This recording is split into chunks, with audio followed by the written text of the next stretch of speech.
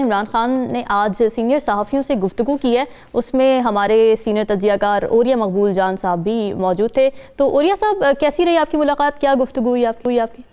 देखिए, एक तो इमरान खान के बारे में एक बात बताऊं मैं आपको कि मैंने इतने स्ट्रॉन्ग नर्व्स वाला आदमी अपनी ज़िंदगी में नहीं देखा। अच्छा। एडमिनिस्ट्रेशन में रहा हूँ और लोग भी हमारे साथ होते थे, ये चीज़ें सारे धमाके बाकी चीज़ें हम सब देखते रहे हैं, लेकिन जिस तरह के ऑर्डील से इमरान खान इस वक्त गुजर रहा है, ख़ास तौर पे वज़ीराबाद के उस कातलाना हमले के बाद, मैंने बड़े बड़े लोगों की नर्व्स जो हैं ब्रेक होते देखी।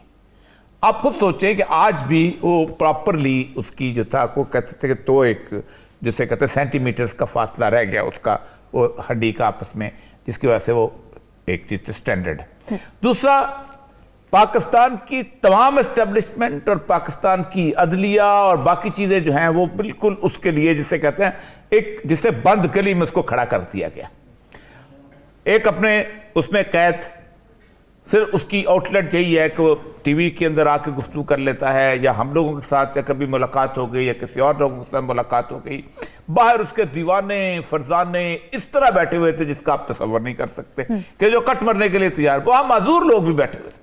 लेकिन मसला सारा यह है कि अपनी स्पिरिट्स के अंदर ये, मतलब आप खुद सोचें कि एक छोटा सा उसने बयान दिया था आसिफ जरदारी ने कि होशियार होशियार होशियार, तुम 3 साल के लिए आते हो, हम ये कर देंगे, और जब जरा सा पेच मरोड़ा गया तो छोड़ के भाग गए। नवाज शरीफ 2 दफा इस सारी सूरत के अंदर आया, और आप अंदाजा करें कि बिल क्लिंटन ऑन रिकॉर्ड है, और उसका जो इंटरव्यू जो है उसका क्या नाम है, शौकत अजीज का, वो भी ऑन रिकॉर्ड है कि खास तौर पे बाकायदा उससे वादा लिया गया था कि कारगिल के जो मामला है, मैं आ गया हूँ, मैं 20 बच्चों को साथ लेके यहाँ आ गया हूँ और मेरी जान बख्शी कराना। और बिल क्लिंटन ने कहा कि मैं खास तौर पे इंडिया के दौरे से आते हुए वापसी पे इसलिए रुका था कि नवाज शरीफ की जान बख्शी करवाऊं, और उसकी मौत की सज़ा को कम करवाया गया पहले, और फिर उसके बाद उसको कहा गया कि उसको जिसे कहते हैं कतरी, और वो एक जो रफ़ीक हरीरी का बेटा जितना साद हरीरी, उसको मिला के उसको बाहर निकाला गया। फिर दूसरी दफ़ा जब नवाज शरीफ का मसला आया, उस वक़्त भी उन्होंने वापस जाने की ठानी, प्लेटलेट्स थे या फिर कुछ भी थे।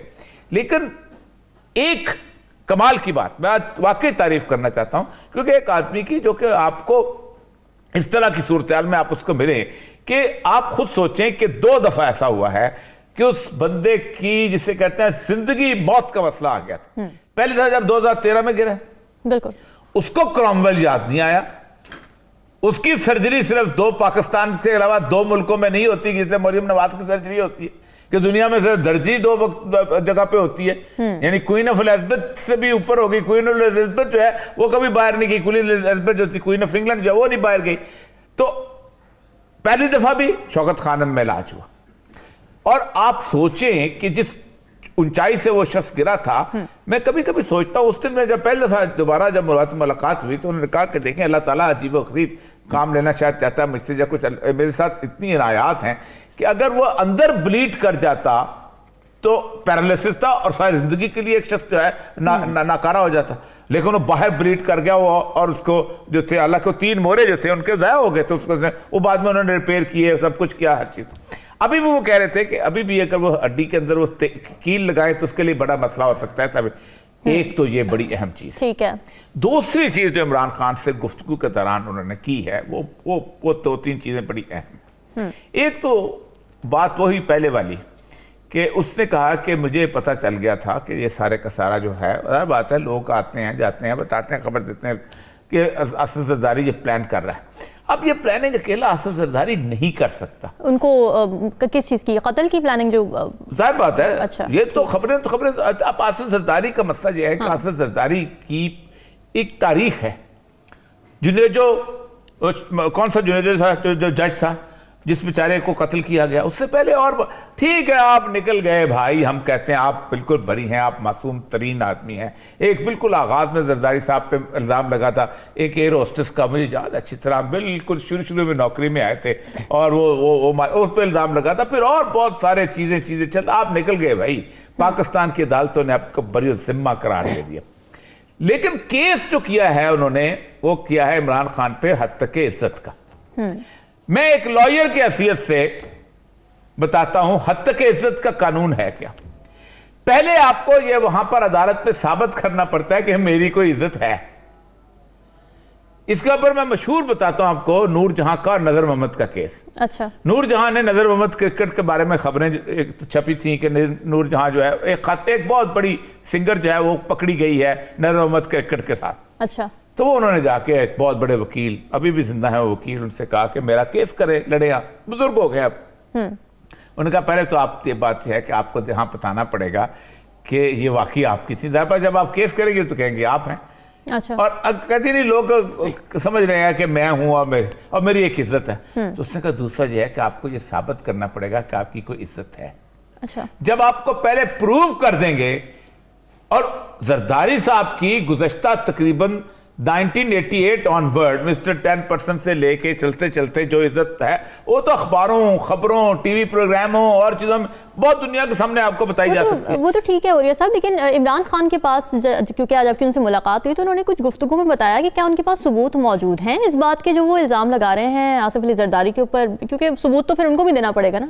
बहुत सारी चीज़ें उन्होंने ऑफ द रिकॉर्ड के लिए कही है, इसलिए मैं बताना नहीं चाहता। अच्छा। लेकिन हमें भी अंदाजा है चीज़ों का। दूसरी चीज़ मैं एक और बताऊँ आपको कि एक उस पर लोगों ने इतराज़ किया कि आपने फौरी तौर पे कह दिया, इसमें कह दिया अपना तमलियाँ तोड़ दी। हाँ। तो उसने बड़ी मन थी, उसने कहा जो 6 महीने बाद होना था वो अभी हो गया। अच्छा। क्योंकि ज़ाहिर बात है करना तो यही था, मुझसे नकवी नहीं आना था, आज आ गया, पहले आ गया। तो हम वक्त से पहले तैयार भी हो गए। और दूसरी बात यह है कि उन्होंने कहा कि मैंने गवर्नमेंट को बंद गली में पहुंचा दिया है, अब इनके पास इलेक्शन के अलावा चाराकार कोई नहीं। इस तरह की चीजें थी। और भी तालिबान के हवाले से भी जो उन्होंने मुख्तलिफ किस्म की उनका पुराना व्यू है वही बताते रहे। और ये साहब आपको लगता है कि ये दोनों मिल सकते हैं और उसके बाद कोई नुकसान हो सकता है नून लीग को? देखिए, नून लीग हो या पीपल्स पार्टी हो या मौलाना फजल रहमान की पार्टी हो, ये तीनों पार्टीज हैं। फजल रहमान को अभी निकाल दे फिलहाल तो उसके और तरह का है। ये दोनों पार्टियां जो हैं ये हैं इलेक्टेबल्स की बुनियाद पे चलती हैं। जिस तरफ इलेक्टेबल ज़्यादा हो जाएंगे इनकी पार्टी की पोजीशन जो है वो ख़त्म हो जाएगी। कॉन्स्टिट्यूंसी पॉलिटिक्स पे बेस करते हैं, ना तो कोई आइडियोलॉजी है नवाज शरीफ साहब की और ना जरदारी साहब की कोई आइडियोलॉजी है। दोनों अपने अपने हिसाब से एक रूटीन की पॉलिटिक्स कर रहे हैं, जिस रूटीन के अंदर यह था कि कितने लोगों को अपने साथ मिलाते हैं। इनमें ज़ाहिर बात है अहम तरीन लोग जो थे वो चौधरी निसार अली खान और शाहिद खाकान अब्बासी, अगरचे कि शाहिद खाकान अब्बासी की अपनी जो कॉन्स्टिट्यूंसी है वो ख़त्म हो चुकी हुई है। वहाँ से वो इलेक्शन हार गए थे और उन्हें हमजा शहबाज की सीट जो थी वो खाली करवा के लाहौर वाली, उसके ऊपर उनको इलेक्शन लड़वा के वॉल सिटी से जिताया गया था। अब वॉल सिटी का कोई शख्स जो है वो उनको जानता तक नहीं है, लेकिन उसके बावजूद भी एक आदमी के करैक्टर की दाद देनी चाहिए कि उस शख्स ने उस वक्त नवाज शरीफ के लिए जेल काटी जब वो एविएशन का मिनिस्टर था। आपको याद होगा कि उन चंद लोग जो कि उस हाईजैकिंग केस के अंदर जेल में गए थे उनमें से शाहिद खाकान अब्बासी भी था। सही। शाहिद खाकान अब्बासी के वालिद जो थे खाकान अब्बासी, वो नून लीग के बड़े पुराने वो लोगों में थे जिन्होंने ज़ियाउल हक के साथ अपनी वफादारी निभाना शुरू की थी, जिनमें से राजा जफर हक और ये और दूसरी चीज़ें। अब सूरत हाल ये है कि नवाज शरीफ साहब के साथ उन्होंने अपनी अहद वफा निभाने की कोशिश की, लेकिन नवाज शरीफ ने तो कभी जिंदगी में किसी शख्स के साथ अहद वफा निभाया ही नहीं। नवाज शरीफ साहब जो थे ये जुनेजो जो थी गवर्नमेंट के साथ थे और जुनेजो गवर्नमेंट का खुद उन्होंने धड़न तख्ता किया था। इनका अपना वजीर आजम था, इनका पार्टी का हेड था। जिस वक्त उसकी गवर्नमेंट जो थी वो ज़ियाउल हक ने ख़त्म की तो उस वक्त चाहिए तो ये था कि नवाज शरीफ साहब भी बाहर आ जाते। लेकिन मुझे याद है अच्छी तरह कि बलूचिस्तान में तो जाम साहब होते थे, जाम साहब तो नहीं आए, उसी तरह और लोग भी नहीं आए, सिंध वाला भी नहीं आया। लेकिन पंजाब में नवाज शरीफ साहब ने अपने ही वजीर आजम की पार्टी को डिसमिस करने के बावजूद केयर टेकर वजीर आजम जो है पंजाब का ओहदा रखा और फिर वो जीत के सामने आए और उसके बाद वो पंजाब के चीफ मिनिस्टर भी बने। सही। इस दौरान उन्होंने एक बहुत बड़े कन्वेंशन के अंदर बाकायदा एक साजिश करके उसको पार्टी के हेड से हटाया गया। और आपको याद होगा कि 92 में बाकायदा इनके साथ जो लोगों ने एग्री कर लिया था कि हम गुलाम मुस्तफा जतोई को हम सरबराह बनाएंगे, लेकिन इन्होंने एक और पूरा मनूवर किया। और मुझे याद है अच्छी तरह कि जतोई साहब ने कहा कि मैं वहाँ से ट्रेन से आ रहा था तो जब मुल्तान पहुँचा तो मुल्तान के जो रेलवे स्टेशन था उस पर नारे लग रहे थे कि वजीर आज़म नवाज शरीफ, तो मैंने टिकट कटवाया और वापस चला गया। अच्छा। जावेद हाशमी के साथ जो उन्होंने किया, और जावेद हाशमी जिस तरह बुरी हालात के अंदर है, आप खुद सोचें कि जितनी मार जावेद हाशमी ने खाई है और जिस तरह की जेल उसने काटी है, बिल्कुल शुरू में जब उसने वो ख़त तकसीम किया था अफवाज पाकिस्तान की तरफ से, जो कहते हैं कि लोगों ने दिया हुआ है, वो तो तकसीम किया था पार्लियामेंट्री लॉ, जिसमें उनको उठा के ले गए थे। अच्छा। तो जावेद हाशमी को बाकायदा वहाँ रखा, उसकी बेचारे की कमर तक जो है वो नीली हो गई कि उसको बर्फ़ की सिल पे सुलाया जाता था। लेकिन जावेद हाशमी की सूरत हाल ये है कि जब इनको असेंबली बनी तो इन्होंने कहा हाँ जावेद हाशमी के पीछे लोग लग रहे हैं, ये बागी बनता जा रहा है, ये मशहूर हो रहा है। तो नवाज शरीफ, तो उसके बाद फौरन उन्होंने वहाँ निसार अली खान को हेड लगा दिया। अच्छा। और निसार अली खान अपोजिशन लीडर बन गया और वही लीडर बना। इसके ऊपर आप देखें उनको स्ट्रोक हो गया। कभी आप जावेद हाशमी को देखें बेचारा, फिर जहाँ पीटीआई वहाँ गया, पीटीआई में गया, पीटीआई के अंदर उसने बाकायदा इन लोगों का साथ देने की कोशिश की और इमरान खान को उस वक्त डिच किया कि जिस वक्त उसको बहुत उसकी ज़रूरत थी, लेकिन वह इस तरफ चलाया, उसके बावजूद भी आज उसका कोई नाम नहीं लेता। यही हालत जो थी निसार अली खान के साथ की गई कि निसार अली खान क्योंकि उभर रहा था, उसको वहाँ से ख़त्म। आप सोचें कि जिस तरह के हालात जो हैं वो उन्होंने अपने पैदा किए, वैसे ही हालात नवाज शरीफ के और शहबाज शरीफ के फैमिली के आपस में अंदर हो चुके हैं। अच्छा। छोड़ दें बाकी लोगों को, जेल किसने काटी? हमजा शहबाज ने काटी। पाक लाहौर के अंदर कौन था जो एमपीएस को साथ देके चलता था? हमजा शहबाज चलता था। किसकी परफॉर्मेंस की बुनियाद के ऊपर नून लीग आगे बढ़ती थी? शहबाज शरीफ। यानी आप दोनों तरफ चीफ मिनिस्टरशिप अगर शहबाज शरीफ के निकाल दिए और जो उसने यहाँ काम लाहौर में किया और जिस तरह वो करता था, जेल रोड से शुरू हो जाएं और शहबाज स्पीड और सारा कुछ एक उसकी एक बन गई थी, उसको निकाल दें तो आपके पल्ले में रह क्या जाता है? एक लाहौर से इस्लामाबाद तक की मोटरवे, उस मोटरवे में था ऐसा बेनज़ीर के ज़माने में मुकम्मल हुआ था।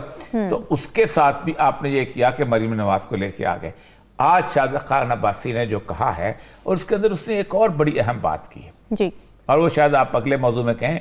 उसने कहा देखो, अगर आपने इस मुल्क को बचाना है और अगर आपने इस मुल्क को चलाना है तो आपको इलेक्शन के अलावा कोई चारा नहीं।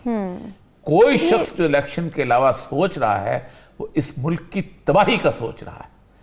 आप सोचें कि अगले उसमें बात करते हैं जी। कि ईरान की पूरी पार्लियामेंट जो थी वो बम से उड़ा दी गई थी।